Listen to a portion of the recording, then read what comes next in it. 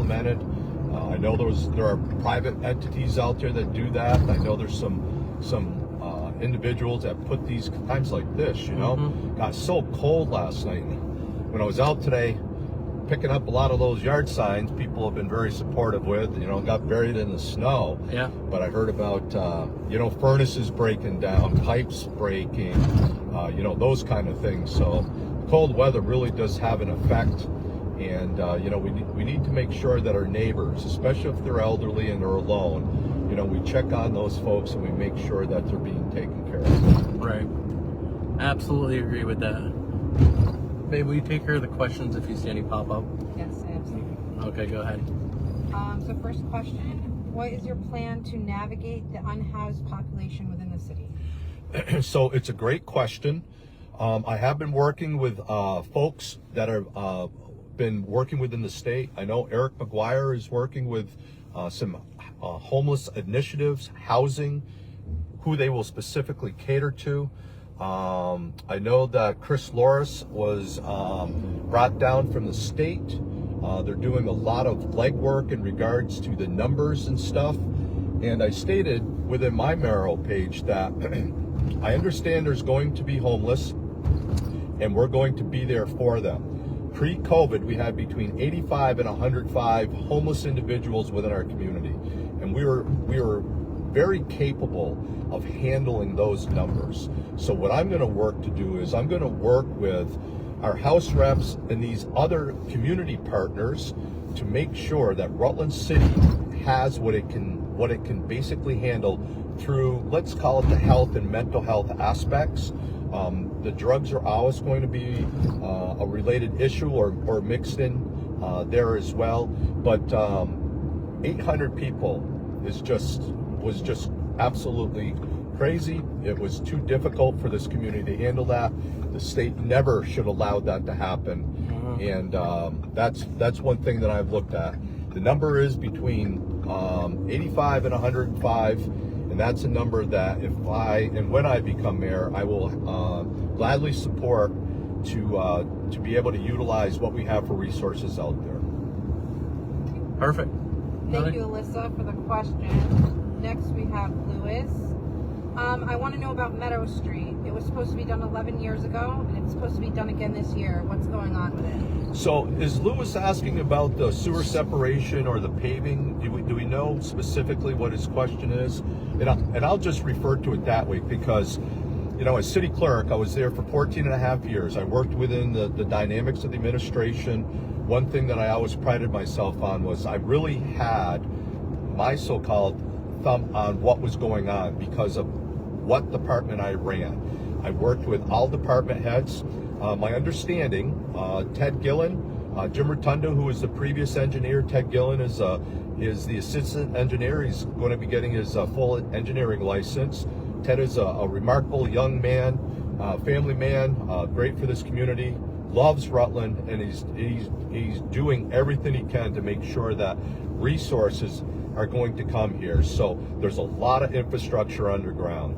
The main thing with Meadow Street is, from what I understand, is they're waiting on a sewer separation project. So Lewis, if it costs, let's say it costs $70,000 or $80,000 to do Meadow Street, and they did it, they would just have to turn around, dig it back up and stuff, and then repave it or reclaim it and do all those things again. I can completely understand the frustration with Meadow Street and what's going on because, as he stated, it's been a long time. It's like when the Door Drive Bridge was going to be replaced. Yep. You know, it was a 10-year plan, then it was a 15-year, then it was 25 years. So I can understand those frustrations, but I'm pretty sure I would be happy to report, from what I understand, I believe Meadow Street is in the pipelines to happen sooner than later. And if you had to buckle me down on what sooner means, I think within the next 5 years, maybe even 3 years, I think that Meadow Street is going to be completed, sidewalks, curbing, the whole 9 yards. Perfect. More? Anything Yes. else? So I have a couple that kind of group together, Kristen, Melissa, Kelly. What are your plans with the drug use? When you are announced mayor, what are your thoughts on getting dealers and drug users out of low-income housing? And do you have any plans for boosting safety in the downtown area for ease of shoppers? So, it's a big question. And one thing that people are going to learn about me, I don't make promises, and I don't present ideas that would not be realistic. So if I become mayor, crime's not going to just disappear overnight. That's not going to happen. You know, and it's not about me, okay? Even if I become mayor, it's not about what Henry Heck's going to do about crime and the drug usage and homelessness. It's going to be, what are we as a community going to do about these items? Because it will take the entire city, you know, a little bit at a time. So what we're going to do is, and I know the police department talks about data and collecting data, and the present mayor is a big data guy. He's driven by data and all that. And you know, data to me is only as good as how it is inputted. If it's accurate data, then you have good data. Right. If it's not input correctly, then we don't know. So I think what we're going to need to do is we're going to need to start and to analyze those kind of things and find out, you know, again, people, there's nothing we can do. We're not going to respond. We're not going to do this. And that is an issue as well. But for drug usage, we're going to be hopeful that our legislators are going to be able to enact some laws so that if people are dealing drugs, that they will actually go to jail and there will be consequences for doing those things. You know, drug users, I don't know. I'm a kind of a tough love guy. I guess it might be by statute or mandatory when you come upon a victim and it looks like it could be an overdose, they got to get hit with Narcan and those kind of things. I'm not sure it's the best solution, because when people are doing this over and over and over, there's no risk. There's no risk involved other than the fact that someone doesn't get to them soon enough, they could potentially die. Right. But we're not hearing about overdose after overdose after overdose, but we are hearing about Narcan. Exactly right. You know, I know it's not the best answer. You know, housing type situations, there are things going on. The numbers are staggering for what people are saying that the housing, you know, the housing stock needs to be at. And it's not like we're so-called short on houses by tens or hundreds, but it's in the thousands. And, you know, there are projects that are going on out there, but I can tell you this. In my tenure of going out and you know, getting with the public, there were some young people that I got to meet, and I was very impressed. A gentleman down on Franklin Street worked for Joe Giancola. He's a carpenter, contractor. This young man has 18 apartment houses, and he's out there working his butt off every day, building, I'm going to call it his empire. Yeah. And you know what? He could potentially be the next Joe Giancola in Rutland. Yeah. And he's doing these apartment houses the way they should be done. Okay, there's some good landlords out there, and there's not some good landlords out there, and I understand that. But we can work with building and zoning, we can work with our building inspectors, we can work with our enforcement officers to make sure that everybody is following the laws that we have, the ordinances, but also, you know, we can work with these people and try and you know, make laws so that developers can truly develop without it costing them. You know, right now to develop stuff, it's so expensive. And you're hearing that, you know, it's just too expensive. You know, you're not going to have developers like we did, you know, back in the 60s and 70s when Joe Giancola first came in and built, you know, Stone Ridge, or, you know, apartment complexes down at on Pearl Street or on Grove Street or wherever they may be. So the housing initiative is something that needs to be looked at. And, you know, for the average person, they don't think about these things, but I do. COVID created an environment that is completely different. We just had not experienced. And when apartments became so hard to rent, or tenants were being so disrespectful and destroying them, all of a sudden Airbnb came into play. Now all of a sudden everybody wants to do Airbnb. Airbnb is the greatest thing since sliced bread. Right. And what happened is a lot of those people that had apartments are now utilizing that for Airbnb, because if they rent it for 1 or 2 weeks, they're making more money than they would for a month. Yep. And the housing stock is being depleted by this. I know the city is looking at what is called short-term rentals. How can we mandate, or how could we limit those things? Those are things that I would definitely look at and work with within the zoning administration, building and zoning, and see what we have. Because when you have, 100 apartments, and 60 of them might be for Airbnb, it doesn't give the regular folk who's looking for something a lot of opportunity to go out and find those things. So a lot of questions there, but I hope I shed a little light on some of it anyways. You did. Any other ones? So you touched base on the safety, which is great, and how the community can come together. What about the people approaching for money, and they're becoming more bold, trying to get into vehicles? Any plans on that? Well, I have to be very careful how I answer that question.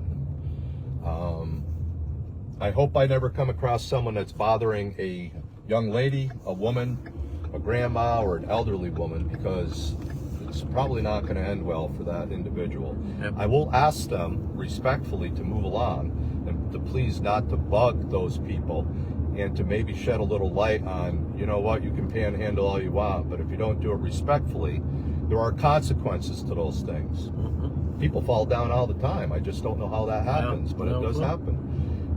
And I have to tell you, it's not easy. As a young person growing up, I was bullied, and I have spent a lot of time of my life understanding the dynamics and doing things that I'm able to do to kind of protect myself from that situation. And I'm a very anti-bully person. So whether it's a panhandler or someone maybe not talking, respectfully to their mom or dad or grandma or whatever it is, I don't think it's a bad situation. Just to remind people, we're all human beings. We understand you may be doing something, but a lot of these people have the opportunity to go out and work, and you know what?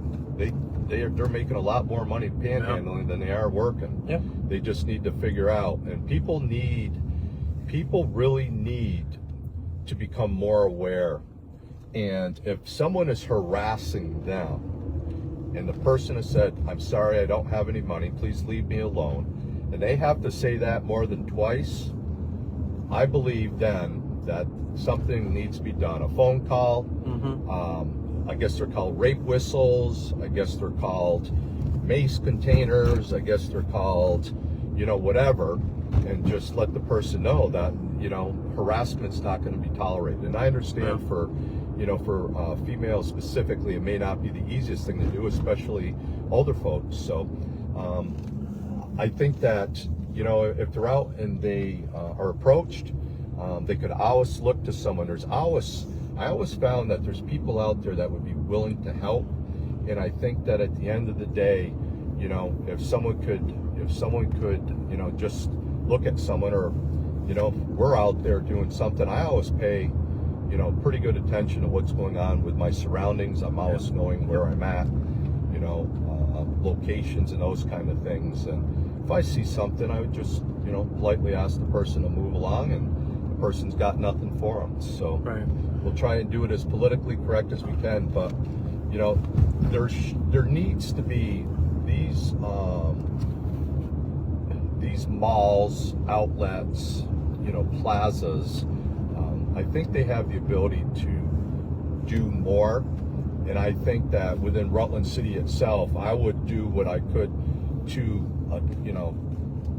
get a hold of Brixmore, who owns the plaza downstairs, and demand, maybe too strong of a word, but let them know that, you know, this is not to be tolerated, and they need to do something about it. Yeah. So. And I'll chime in a second on that. I've gotten a bunch of messages actually, and my opinion on the whole thing. A lot of times you go up to Hannaford's and they're standing there, and if you roll down your window and you want to give them money, that's on you. I don't have an issue with that. They're not bothering anybody. They're just standing there, and you know, whatever they use that money for. But now what I'm hearing is a lot of it's happening. Hannaford's, CVS parking lot. All these people are going up to the window, and you have no clue what these people are about, what the state of mind, anything like that. So, you know, like you said, a young woman with a couple kids in the car, and you got this guy who you have no clue who it is. He's banging on your window, telling you to roll down your window. That's scary. And for the businesses, how much, you know, are they going to go back if they deal with that? So again, to your point, maybe these businesses should kind of get involved a little bit more and kind of get people out of there that are, you know, doing them types of things. And you know, it's I hate using this term, but we've always been a community that's been very reactive, and sometimes it takes tragedies before we become proactive. And I don't ever want to, you know, see, you know, the event that happened in the Price Chopper, you know, Plaza. I'm not sure how many years ago, but the poor woman was Teresa King, who was abducted and murdered. And that was just, you know, such a horrible thing. And people, you know, kind of discount these things, but you never know when people get, you know, dependent upon something, what's their breaking point, or what isn't their breaking point and stuff. And it seems like they're pushing the envelope more and more to, you know, get what they need, get what they want, which is scary. Yeah. You know. And I just don't want to see. I don't want to see anybody. I don't want to see any innocent person be hurt or attacked or traumatized, even, because these things, you know, can be very, very life altering. There's no question. Yeah, and like, you know, it used to be just breaking into cars and stuff like that, but now I'm hearing all the time somebody's breaking into the houses, and you know, and that is a whole different level of, you know, if somebody breaks into my house, I'll figure it out later, but if I'm feeling like my safety's at risk, I have no clue what I'm going to do, but it's probably not going to be good. You know, and like I said, a lot of people say, well, you have to wait till they're armed and this and that, and this is my opinion, by the time I figure out if he's got a gun, a knife, or anything like that, something bad could have already happened to me or my family, and I'm not about to take that. And I'll be honest with you, I'm a gun guy, Chris. You know, it's been a while. I got a bunch, and COVID really kicked my butt when I was back with the city. I was, you know, working 70 hours, 7 days a week, pretty much. You know, and then after COVID, trying to get things together. So I have a lot of friends, and ladies, for that fact, who are gun people. You know, you had an interesting conversation with, when I had a lot of friends back with the PD back in the day, and I said, geez, you know, wouldn't you guys rather see gun control, you know, where guns were outlawed and stuff? And they came right out and said, no, I don't, Henry. And I'm like, well, why? Because when they're sliding open that window, I want that thought running through their mind. That's right. What the hell's on the other side? That's right, yeah. You know? Because they don't know, although, you know, things are a little different. Maybe people today thinking, well, I'm going to break into this house, and then they get shot, and they go, what the hell? You shot me. You know? Well, what do you think's going to happen? That's right. You know? So, but, that's why our Second Amendment was made for a tyrannous government more than it was for people breaking in. And we won't bother getting into that subject at the moment, but, it is, you know, it's different, but, you know, again, we need to take care of one another. We need to be on the lookout. It doesn't hurt every once in a while. Just take a quick look over your shoulder and make sure everybody's okay. Right. And the other thing I'll say, and you know, me and Henry were talking before we started the live, and one of the questions I asked Henry is, do you think you know, how big is the problem we have as far as crime and stuff? And it's huge. You know, I don't want to bash the current mayor or anything, but I kind of feel like it's, you know, brighter street lights and lock your doors, and it's not as bad. But we have a guy that's trying to get in there now that truly sees what the city is going through, and he wants to do nothing but help. But the first part of it is you have to acknowledge how bad it is, and he sits here and he knows how bad, you know, this city is getting as far as break-ins and crime related and drugs and all that. And it's really refreshing to see somebody, instead of deflecting and instead of, you know, oh, it's not too bad, it's not as bad as Burlington, and, you know, instead of saying that, he says, yeah, we got a huge problem, and you know, and he's looking forward to tackling it. So we appreciate that. And you know something, Chris, it's interesting because you mentioned Burlington, and whether people know or not, they may not know, I was city clerk, you know, for the city of Rutland 14 and a half years. And as city clerk, you know, there were certain things, but the main thing was it didn't matter, you know, to us when it came to elections, who you voted for, what you voted for, you know, any of that political nonsense. But everyone, you know, Rutland County, Rutland City was always looked upon as the red-headed stepchild. Chittenden County was everything. Chittenden County had all the money, infrastructure, all that stuff. Yeah. And I want to tell you, there's a political party that's taken over Chittenden County, Burlington specifically, and say what you want. They want to change the dynamics on everything. Well, they defunded the police department. Mm-hmm. Well, guess what they're trying to do now, Chris? Right. They're trying to bring back their police department. Yeah. 'Cause you know what?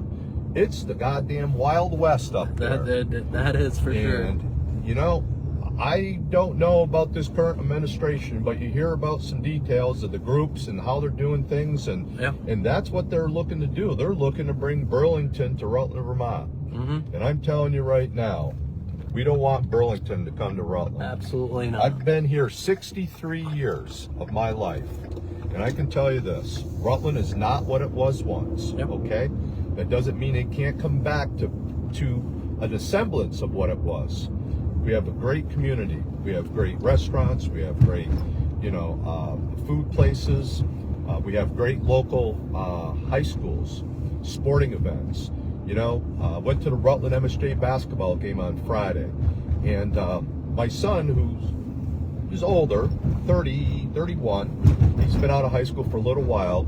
I remember when he was the team manager of the basketball team, and all his friends were playing basketball. And man, I went to some games, and that gym was just electric. Yeah. The fans were going crazy, and you know, the sports heritage, and you know, our football rivalries and all that stuff. You know, the city had a lot of pride, and I'm not saying it doesn't have pride or it doesn't care, because it does care. But I think people, you know, what I've heard is they're just looking to be heard. They have concerns, you know, and I think a lot of people that are supporting me, they're supporting me because they can talk to me, and I understand. Exactly. I can't fix everything, and I'm telling you people right now, I'm not going to solve all of the woes of Rutland. 1 year, 2 years, 5 years, I mean, there's going to be issues, but I'm going to say I will be one of the hardest working mayors the city's ever seen. Yep. And I'll do what I can. And I don't have any long-term so-called personal goals. Right. You know, my commitment to the city is to try and stabilize taxes, give the citizens what they deserve. Good roads, good sidewalks, clean waters, safe neighborhoods, and you know, the rest, business development. We can utilize some things that are here. We can welcome businesses. I welcome every business. I welcome every human being that wants to come to this community and be a productive member. Yep. I don't want people coming here that want to suck off the government, live in a hotel, and just not contribute. I understand if you're homeless, you might need a hand up. I'm all for that. Let's get you on the road to where you need to be productive, to have a job, to have your own apartment or your own, maybe your own home someday. Yep. You know, that's the American dream. So I don't know. And there's another thing I want to touch base on. I've gotten a few messages saying, and this is, you know, I'm just going to be blunt, saying that you're only doing this until you get office. Yep. So I'm gonna put you on the spot here. Absolutely. You become mayor. Yep. Will you make a promise to us, to the city, that you'll do this again with me. You'll answer the questions. You'll do a ride along. You'll let the people ask what they want, and that's basically it. You want to do it every week? Probably. I don't want to see you that often. Yeah, I don't blame you. You're going to be a busy man, but yeah, I mean, Listen, I'd love to have you. You know what? That kind of thing. That's an easy answer. Yep. You know, and I understand people have questions about me and what I want to do. And you know what? There are things out there, and you know, I didn't really want to talk about it because I have to become mayor. Right. But I'm the kind of person that's been around for a while, and again, my prior past of what I've done and what I've seen, there will be a question at some point when I am mayor that I will ask the voters, would you prefer professional leadership? Yeah. Yeah. What does that mean, Chris? Well, that means, would you like a city manager? Right. I will utilize myself to bridge that for these people. Yep. Okay? Yeah. And so he doesn't want to be mayor. No, I do want to be mayor. Right. But I want to ask questions, and I want to see Yep. what people have to say. And if people come back and say, Henry, we're blue collars, we're hardworking people, we want our mayoral government, guess what, folks? what you You'll get. have your mayoral government. Yep. And I might put my name back on the ballot again and see if you want me to be your mayor again. Right. And if you do, that would be fantastic. Yep. And if you don't, that's completely fine. That's right. You know? Yeah. So it's not about me, people. I cannot say this enough. Matter of fact, half of my campaign that hopefully Chris would be able to acknowledge here is it's not just getting me to be mayor, it's getting people out to vote. One of my biggest disappointments as city clerk was the March mayoral elections. We have over 11,000 registered voters, okay? 11,000 people that can vote. And the mayor today was put in office because he collected 1,700 votes. 1,700 people put this guy in office. Now listen, March 4th could roll around and I might win with only 1,800 votes. Right. There's not going to be any person more disappointed in that than me. Right. Because I want to represent the people. Yeah. All of the people, or as many of the people as we can.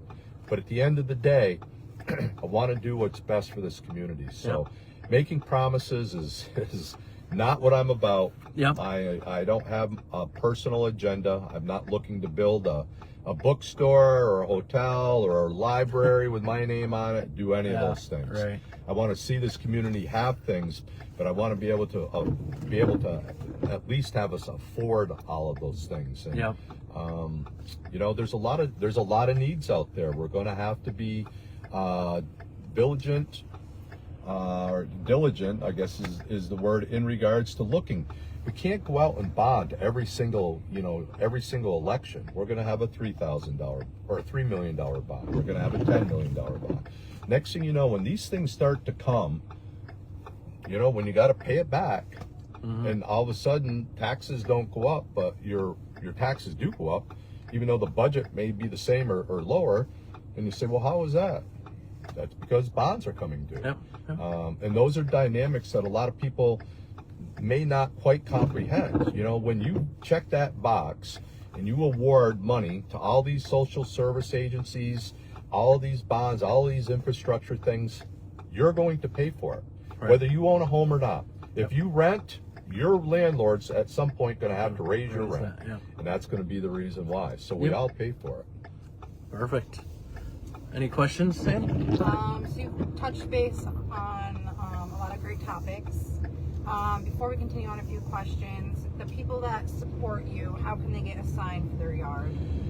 The bane of my existence. It is the biggest love-hate relationship I've ever had.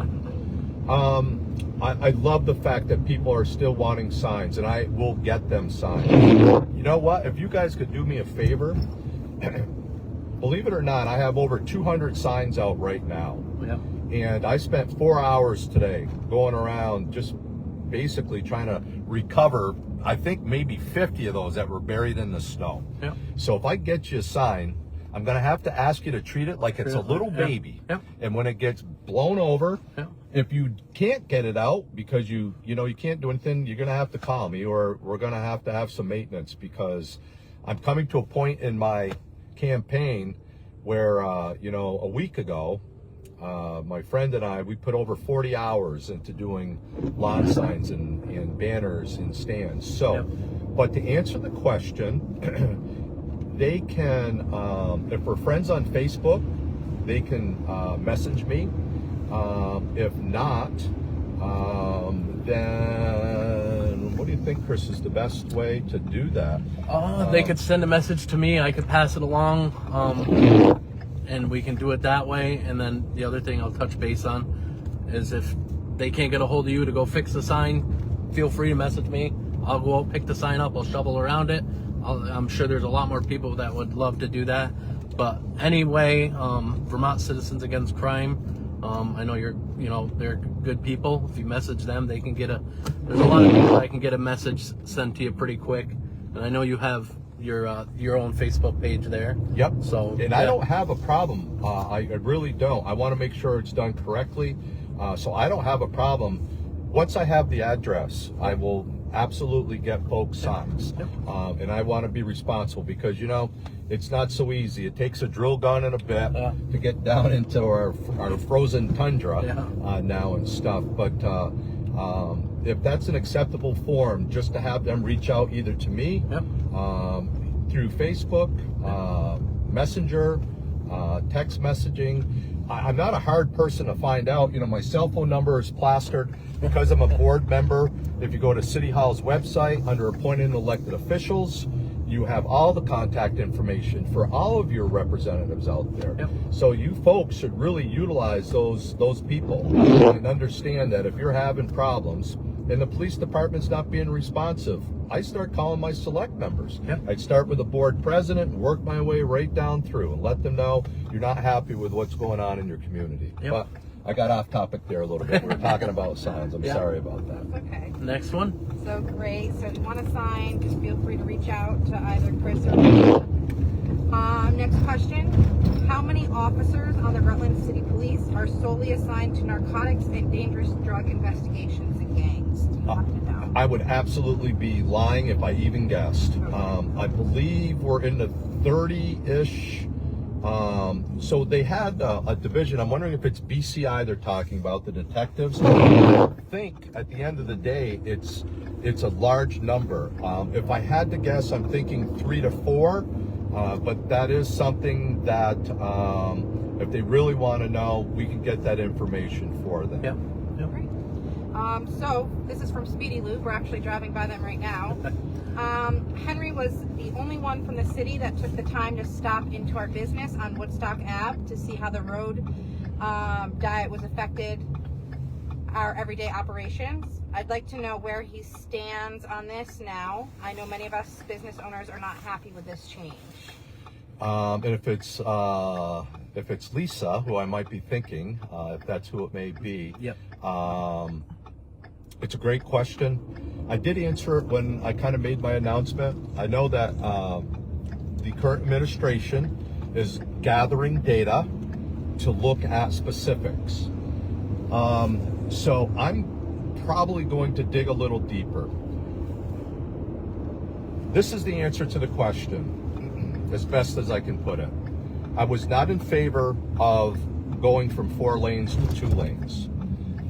I'm not looking to place blame, but I truly believe if there was proper traffic enforcement, we never would have had to have gone to that. I completely understand it's slow down traffic. Some of it's good, some of it's not bad. I still believe there's some very dangerous spots. Deer Street, specifically across from Beauchamp and O'Rourke. I'm very concerned because of the Godnick Center and because of the folks that utilize that facility. There is no left turn lane there. Yeah. Okay, so you're going to say, well, send them in a different direction, send them up Temple Street. Okay, that could be a possible answer, but if they've been utilizing that facility for X, I don't know about you guys, but I get in a certain routine and I go a certain way when I go home or I do things. So just changing the dynamics, because it would be easier for the thing instead of making something happen there specifically. I know down the second location for Speedy Lube, that the migration, the merging into. I live just past those folks off a hillside, and I'll tell you what, merging is a bit of an issue. But also when I go to turn there, you know, people are wanting to kind of speed. I can't tell you how many times I'm almost been, you know, hitting a keister just turning onto Hillside. Yep. The Kendall Avenue turn, you know, it's like the friggin' bridge to nowhere. You're in 2 lanes as you head north at the intersections of 4 and 7. If you're in the far left-hand lane, it disappears. Yeah. You have to turn onto Kendall Ave. Yep. Now they're saying that's for the school bus. It's to make it easier for the school bus. I'm never, ever going to argue when it comes to safety to our kids. So to answer the question as best as I can, I will look at every opportunity to either develop this this road diet as we have it now, or potentially look to change it back. And I believe that gathering information, I'm a huge believer that information is knowledge and knowledge is power. The more information we can distribute to our community, the better informed people will be, the better decisions that they can make. There's going to be a ton of people that absolutely love the road diet the way it sits right now. Okay, and there's absolutely a ton of people that despise what's going on right now. And I am somewheres in the middle. The associated cost of changing this back will always come back to something. So maybe we look at it, but I truly believe that gathering the data, looking at what's going on, and looking at some potential changes with the engineers, whether the local folks here in our building, in City Hall, or if they're state officials. But we can always look at options and see what could be done. Perfect. Good. Do you have any initiatives in place to implement attracting young people to move to Rutland? You know, I have young people. My daughter's 34, my son's 31. My son lives in Camden, Connecticut. And I'm so proud and privileged for what he and his wife have accomplished. They're both in the medical field. She's a doctor. He's a clinical pharmacist. My son graduated college and made more money than my wife and I combined in our 60s. So that's what we hope for our children, you know, at the end of the day. Our daughter, beautiful young lady, just moved home from Bozeman, Montana, because she can't make it out west anymore. It's too expensive. It's just not obtainable. And you know, I looked at something. $60,000 a year, you know, isn't exactly a staggering amount of money. Right. Not today. Do you realize, Chris, that's a $30 an hour job at 40 hours a week? Yeah. 30 bucks an hour will make you about $60K a year. Right. So, you know, it's interesting. Here we sit in front of the Rutland Hospital. There's 100 jobs that are available. My daughter applied to 6 positions here and didn't even get an interview. And she's got a college degree, and she's got bookkeeping and administrative experience. She's not stupid by any means. Yeah. Not even a sniff. So what is going on with those kind of things? Yeah. You hear that there are these jobs out here and people are looking and looking and looking. Well, I'm sure they are, but again, you know, a $15, an $18, $17 hour, even a $20 for a single individual is not. It's not a lot. Not going to cut it. Yeah. You know, it's almost like I've heard people talk about, you know, especially people with big families. We're going to get a compound. We're going to have a 2-acre plot of land. We're going to build 6 little tiny houses and a communal kitchen and a shower and a bathroom, and that's where we're all going to live. And those are the kind of things that may just possibly happen around us, that are going to happen. But attracting young people here, first and foremost, there has to be something for them to want to come for. Not just job and housing, but entertainment. My daughter lived out in Denver. Every night she had an opportunity to go to see a basketball game, or a football game, or a baseball game, or to go to a museum, a friggin' movie theater. I'll tell you what, if I'm elected mayor, my first thing I'm going to do is try and figure out how the hell can we get a movie theater here. And a lot of people might say, you're crazy. We don't need a movie theater. And I know a lot of people will say, we need a movie theater. Absolutely, yeah. You know, the bowling alley is a great place. I know the forts, they do some things. They try and do things for kids when they're on vacation and school and those kind of things. But we have to have something for young people to come to. You know, again, the library is one of those things. Do they utilize those kind of things? If we had a state-of-the-art library, if we had a movie theater, if we had, you know, different things. I know when I go to visit my son and my daughter-in-law, you know, New Haven, Connecticut's the pizza capital of the world. You know, I want to eat Sally's, or I want to eat Modern, or Pepe's, or, you know, some of those places. We have some of those, you know. Yep. Ted's, Yeah. Ramontos, Caramia's, Yep. Domino's, you know, but that's not going to bring young people here. And I'll be honest with you, when I talk to my son about this, you know what he talks about, Chris? What's that? Diversity. Well, He was in a profession, when he went to pharmacy school, it's very selective. 100 kids were in his class at pharmacy school, okay? And I'll be honest with you, he's a white male, and boy, was he a minority. yeah. Women dominate the pharmacy world. Not only is it women, it's African American women, it's Indian women, it's Asian women, and on top of the women, it's Asian men, it's Indian men, it's Pakistanis. I mean, these people are coming from all over the world to try and, you know, better themselves. So diversity is a huge thing. Our you know, back when I grew up, we had a couple black families here, and there wasn't a lot. My first black friend, you know, I called him African American. He finally laughed at me and he said, "Henry, I'm a black man. I'm not African American." Yeah, yeah. You know, and I never thought about it because I think of people as we're all the same. Yeah. You know, we're all human beings. Yeah. We put our pants on one leg at a time. But I think those are some things that young people today are looking for. They're looking for diversity. They're looking for, you know, different kind of things. You know, different events, different kind of cultural type of things. Right.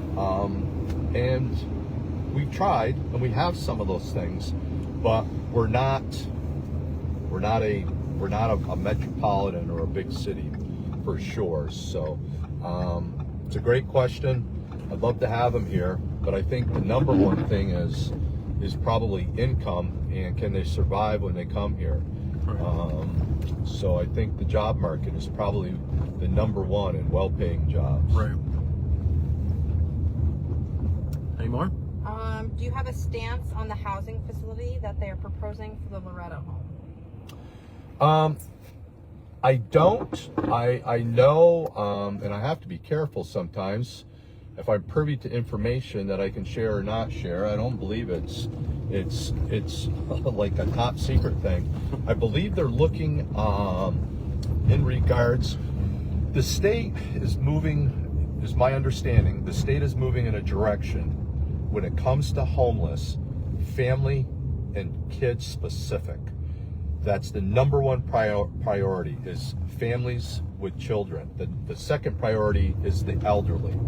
Okay, so the state is changing there's I don't want to call it their platform, but their objective of how they're looking at homelessness. I know the building has been empty. I understand part of the building is pretty well good to go. Other part of the building, because of course once you get the state involved, there's certain code criteria, sprinkler systems, fire alarms, all those kind of things that you would need to utilize and stuff. But I think the best way to answer that is to stay tuned. It looks like Rutland may be getting something that will be able to do that. And my understanding is we're not talking like big numbers. We're talking maybe 10 to 12 families. Up to 4 might be 40 individuals. So it's a doable project. Yep. It's one of those things that, you know, if we can start small and we can build on that, then we're able to, you know, do those things. You know, when Project Vision first came out, you know, it was a work in progress. It was a ball of clay that they continued to mold, and they found out that they were changing, and it worked right up until COVID. Yeah. And now it's kind of a shell of itself, and we need to take that ball of clay, we need to soften it up, and we need to remold it to conform to what's going on with today's events as far as that goes. Yep. This one's for Chris. Do you plan on posting this for people to watch after? Absolutely. As long as they vote for Henry. If they don't. No, he's going to post it no matter what. 'Cause that's right. what we do. Yep. Transparency. Absolutely. And I know you've been here about an hour. You've been really great with answering questions for everybody. Another question we have, many other questions, but right here, the Diamond Run Mall. Yep. What are the plans with that? How's it looking up in that area? So again, if we could keep the state out of the permitting process, Walmart is going to the Diamond Run Mall. Yeah. Okay, a super Walmart. Now, I'm not extremely knowledgeable of super Walmarts. My understanding, it will have a grocery store. It's going to have its regular department store. It may have an automotive center.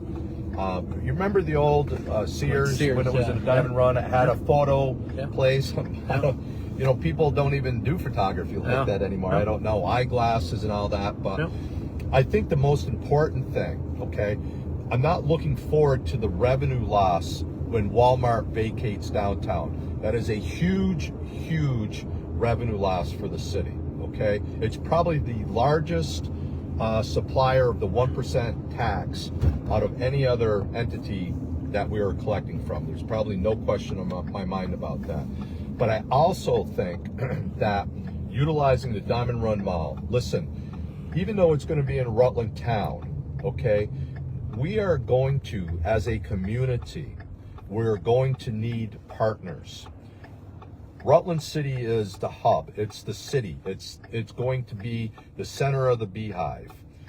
Rutland Town, Proctor, West Rutland, Center Rutland, Pittsford, Brandon. Those communities are also going to be part of what we're going to need. We're going to need to build together. You know, I heard something that kind of, I don't know, it resonated with me, and maybe not in the best way, but there was an announcement here not too long ago about some drug houses being built and people being passed on and pushed out of the city into the neighboring community. You know, I sat on the animal control board, and we made a decision with the animal control board that we weren't going to just ship dogs out of the city to another town, because there's still a problem. Right. Okay? They could still bite someone, a kid or another dog or whatever. So we basically wanted to make the tough decision. If we're not going to be able to do that, we would put the dog down. If the dog fell under the jurisdiction of a vicious dog, then the dog would need to be destroyed. Right. Okay, we weren't going to send it. Right. So for us, just to say, yeah, we shut down a drug house and we pushed them off to another community, I don't feel great about that. Right. Yeah. You know, Yep. I want to push them off to prison, Right. or jail, or get them rehabbed and get them cleaned up and get them on with their lives. Yep. But I don't think it's very neighborly of us to take our garbage and throw it into their backyard. And I don't know. To add on to that, if we come together as a community and we, you know, obviously the people that sell drugs, do drugs, whatever, they, you know, they're around, they're on Facebook, whatever. If we come together as a community and we got you as our mayor and we look at them and we say, you know what, do what you want to do, but we're watching. And it's not just the police watching, it's not just a couple other people watching, it's the whole community. And we're gonna all unite and we're gonna mark down these drug houses, because that's the thing. If you just let them do their thing, that's what they want. But if you come together and you make them very uncomfortable and you let them know that we know who you are, we know where you are, we know what you're doing, a lot of times they will move on, find a different town, find a different city or wherever to go to. And I think that's huge for Rutland. I think we have to do that. Yeah, and I agree, Chris. I think that, it's not easy. Yep. Taking the stance that we need to take, it's not going to be easy, people. It's not going to be easy. There's a saying, the inmates are running the asylum. And once that happens, to take that back it's not easy. Right. And those are the things that, you try to express to people that, if we continue to allow things to go or to develop in these are the consequences. Yep. And you have seen, that happen in Burlington. We're going to defund the police. We don't need the police. Now all of a sudden, guess what they can't get enough of? Right, they need the police. Is police. Yeah. They had 105 police officers. I think they're down to 70, 75. That's crazy. 35 of them are gone. They're trying to get back to 84. It would take them a decade probably to get back to 105 again. Yep. Because you know what? If you make it so difficult for them to do their jobs, who the hell wants to go and do that? Right, you're exactly right. Yep. So, and I understand, and I compliment them, but it's the same thing for someone that's doing their job. If they're paid to be a cashier or a doctor or a dentist or whatever, that's what they're paid to do. Yep. So we all have to do our jobs. Now, and one of the other, I think we touched base for a minute on it. I know there's a couple people that asked your thoughts on, the police department, the transparency or the lack of calls going over the scanner now. A lot of them's just getting sent to their computer. Yep. And I've had a lot of people question that. And, do you have any thoughts on, that? It's so, I know you mentioned it to me and I was very surprised. Yeah. And now that I've had a little bit of time to process it, as technology changes, the scanner was the way they had to utilize in order to inform patrol cars what was going on. Right. I think as technology changes, I used to be a big NASCAR guy, and back in the day when Nextel, was the sponsor, they had those phones, and everyone had them because they were cool because they had walkie-talkies built into them too. Yep. So I think that, are the police trying to hide something? I don't think so. Right. I think that people like to be informed. People like to know. And, it was the Gulf War and actually CNN, the little train that could. I remember watching, when I was working, I was a bartender then. I would watch from the time I went in my shift to, all the stuff they were talking about because the technology had changed so much that you could actually see it unfold, in your eyes, in front of your eyes. So I believe, the Rutland Herald back in the day used to post a little section in the newspaper. Yeah, of all the calls, right? Yeah, where they used to tell you when there were, worthwhile calls to report and some of those things. Yeah. I know there's a lot of mental health things that are involved now with police work. That's why they've kind of changed a little bit of the platform and the Project Vision people. There's a resource officer, public resource, I think, is now trying to utilize that to keep true police work from them. But to stay on topic and answer the question, I'm not sure, what we're able to do, because I think as technology changes, I think that what I call paramilitary public safety piece, including the fire department, is probably going to become less public all the time. Until someone comes up with a way to monitor or to do those things. So it is an interesting it's an interesting topic. It's definitely something worth having.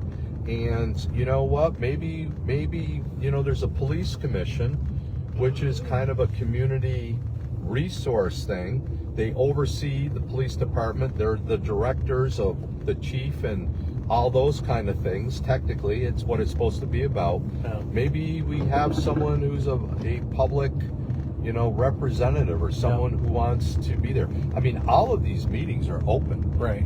Chris, and that's something that, careful when you're running for mayor, because, who I am and what I'm all about.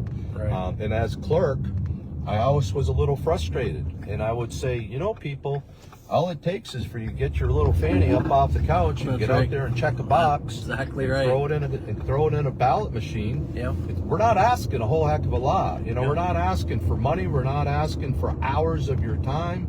We're not asking for anything other than just to participate. Yeah. And I get it. People have families. People have kids. People have jobs. The car's broken. The wash machine doesn't work. All of those things. But it's going on everywhere. So Right.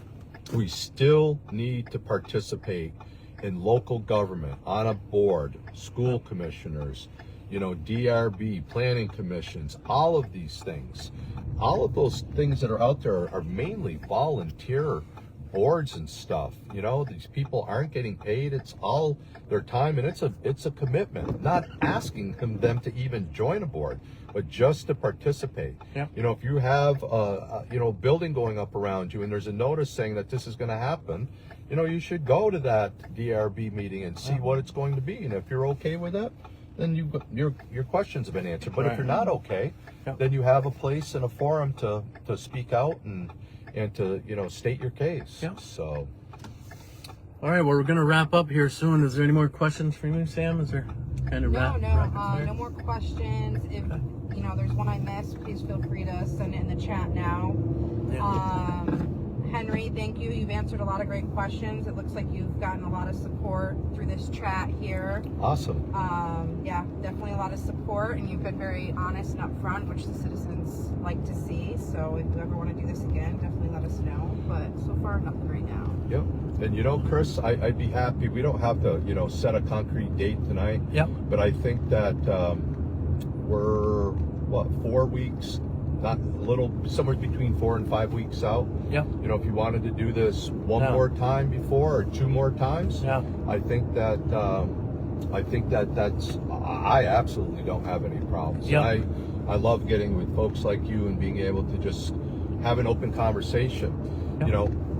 I don't know if I told you, I just secured a building down on Whale Street. Okay. Just drove by it. Yep. And I'm going to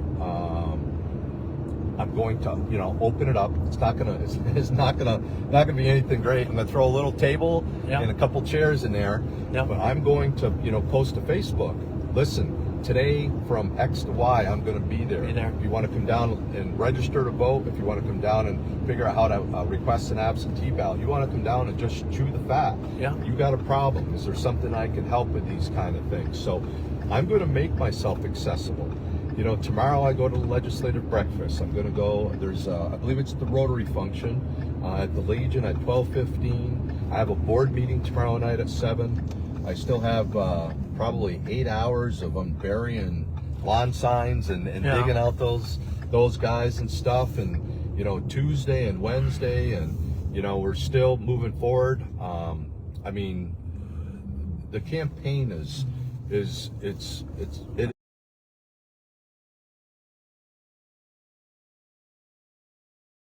living organism.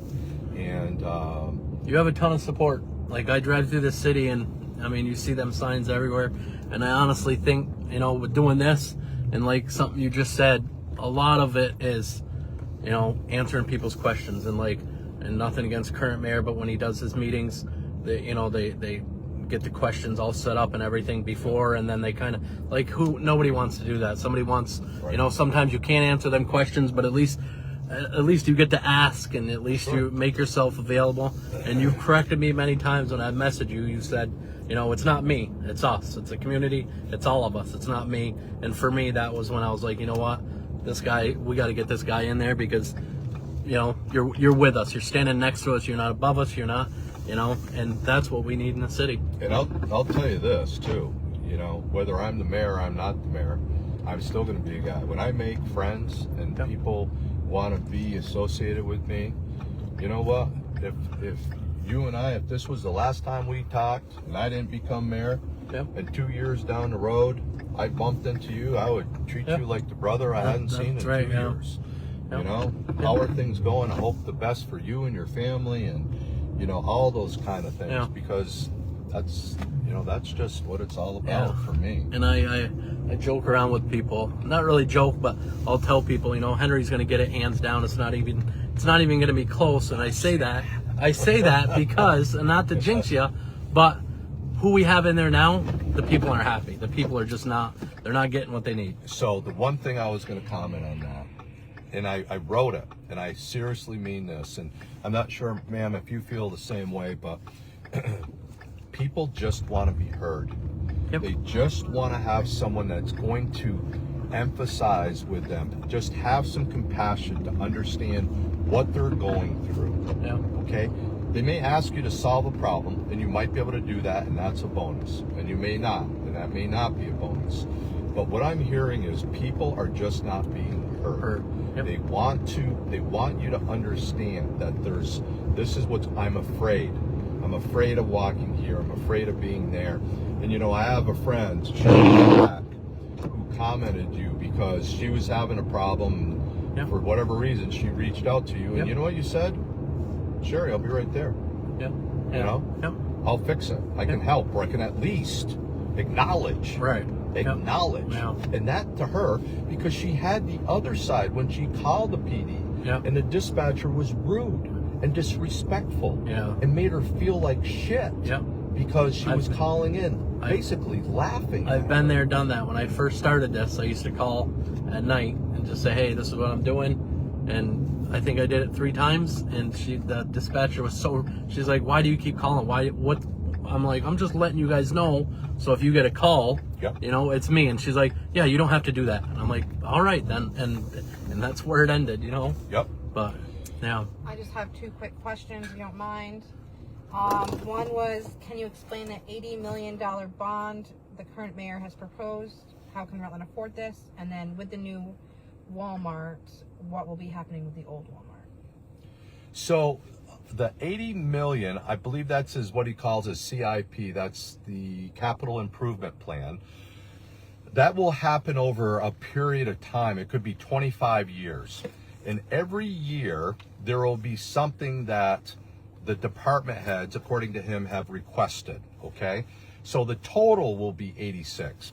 But remember, none of this happens unless the voter approves it. Right. Okay?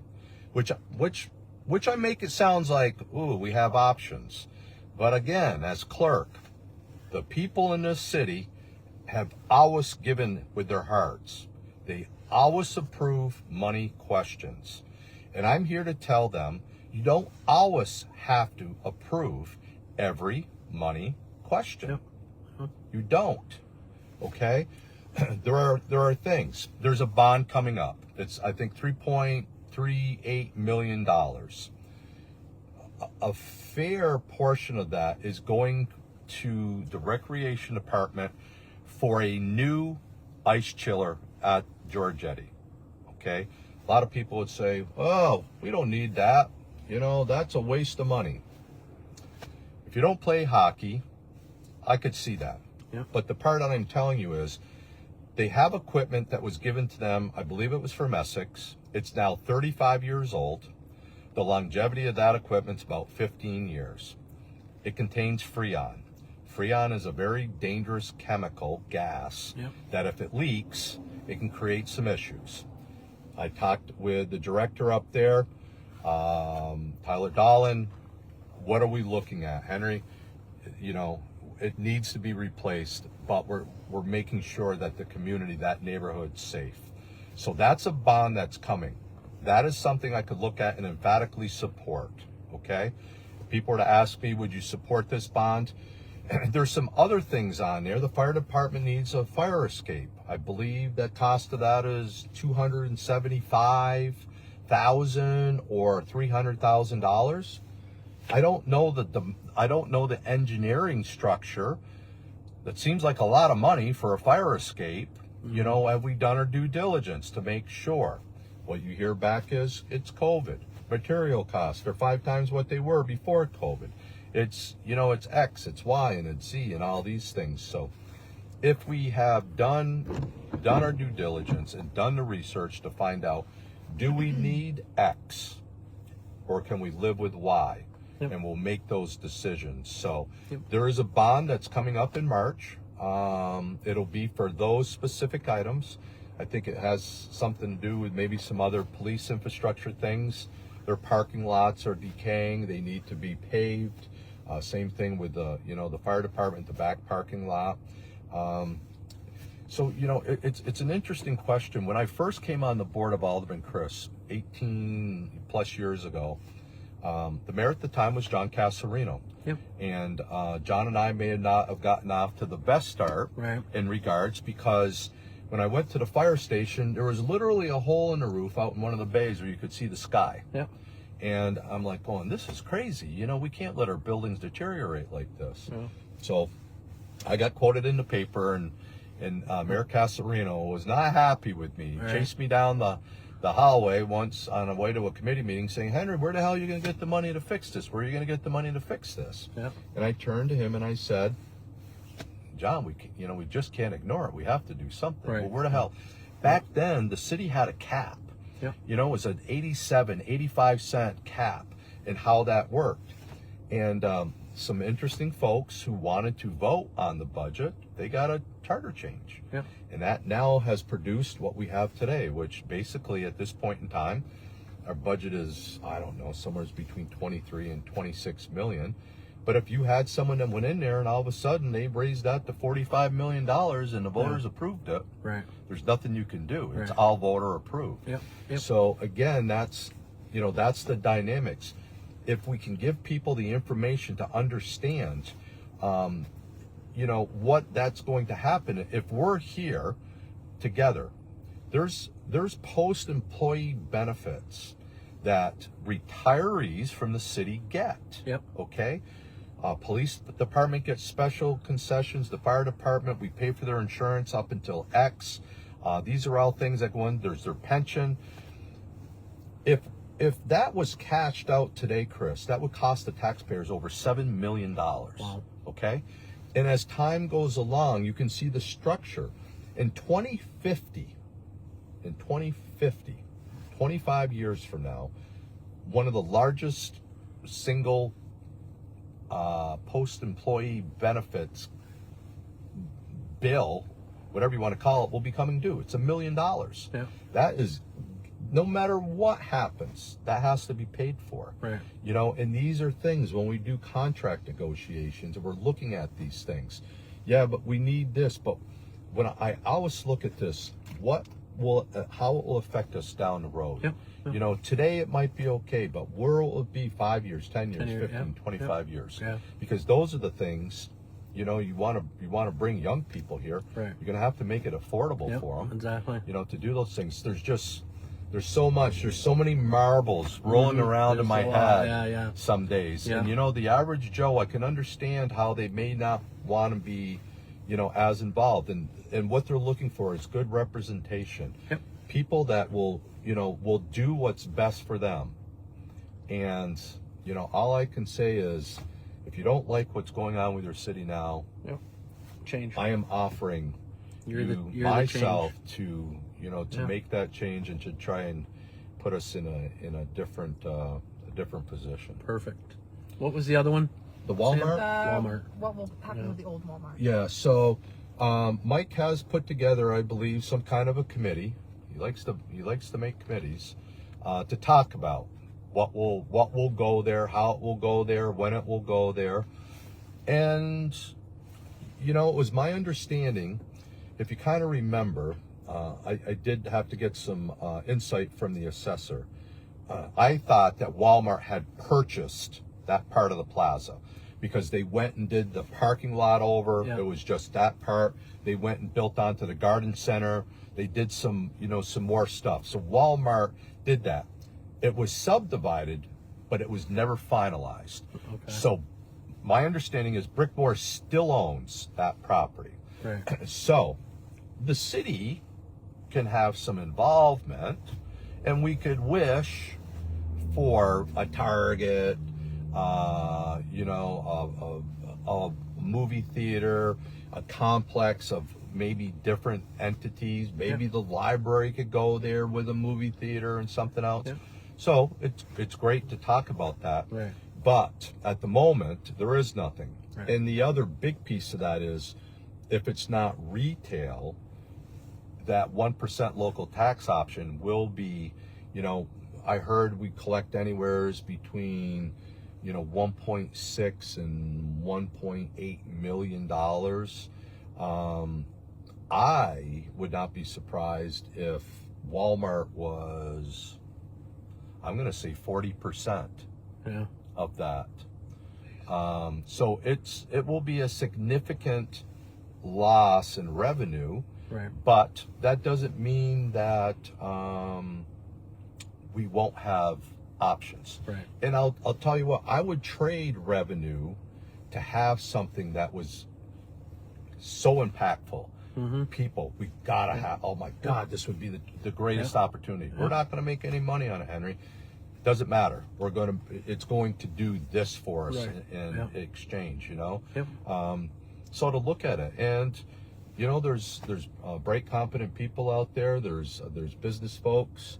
You know, they're always talking, you know, about the Evelyn Street, that little compound. Yeah. Were you around, Chris, when the first parking garage was here? Yeah. When it was over there? Yeah. We don't have very good luck with parking decks at this point in time. Apparently, we don't need them here in Right. Rutland as far as that goes. So, Yeah.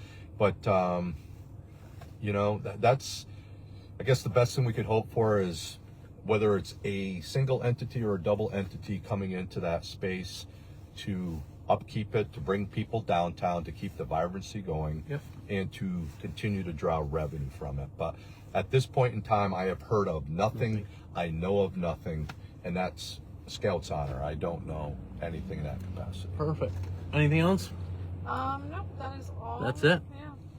All right, we're gonna end this live, guys. We appreciate each and every one of you guys tuning in, and if you guys, if we missed any questions or anything, you guys can message me, and I'll make sure I forward them to Henry, and we'll get an answer for you. But hopefully, we'll be doing this again soon, and make sure you guys get out there and vote. And if you like what Henry had to say tonight, and you want change for the city, I think he's your clear choice.